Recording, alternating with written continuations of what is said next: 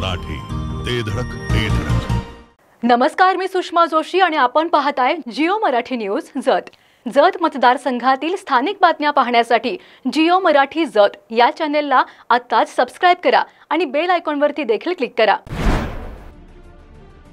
जत तालुक्यातील मुचंडी जवळील दरोडा प्रकरणी जत पोलिसांनी मोठी कारवाई केली आहे. आयशर अडवून लोकांना लुटणारी टोळी अखेर जत पोलिसांच्या जाळ्यात सापडली आहे. तर या दरोडा प्रकरणी जत शहरातील 6 जणांची नावे निष्पन्न झाली आहेत. त्यानुसार या टोळीतील 2घांना पोलिसांनी अटक केली असून अन्य 4घांचा तपास सुरू केलाय.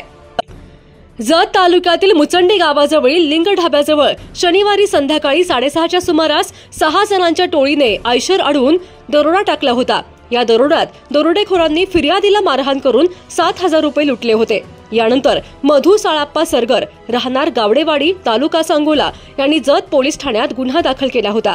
यानंतर या दरोडेखोरांना जत पोलिसांनी जाळ्यात अडकवून धडाकेबाज कारवाई करत यापैकी 2 आरोपींना अटक केली आहे. तर या आरोपींकडून अन्य 4 आरोपींची देखील नावे निष्पन्न झाली असून यामध्ये 2 अल्पवयीन आरोपींचा देखील समावेश आहे.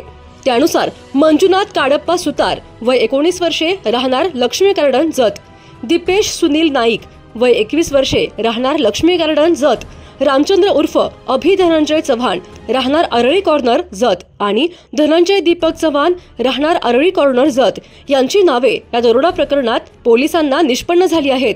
यापैकी मंजुनाथ सुतार आणि दीपेश नाईक यांना पोलिसांनी अटक केली असून त्यांच्याकडून या गुन्ह्यातील मोटारसायकल जप्त करण्यात आली असल्याची माहिती पोलिसांनी दिली आहे. याबाबत गुन्ह्याचा पुढील तपास सहाय्यक पोलीस निरीक्षक बिराप्पा लातुरे यांच्या मार्गदर्शनाखाली सुरू आहे. जिओ मराठी, ते धडक ते धडक.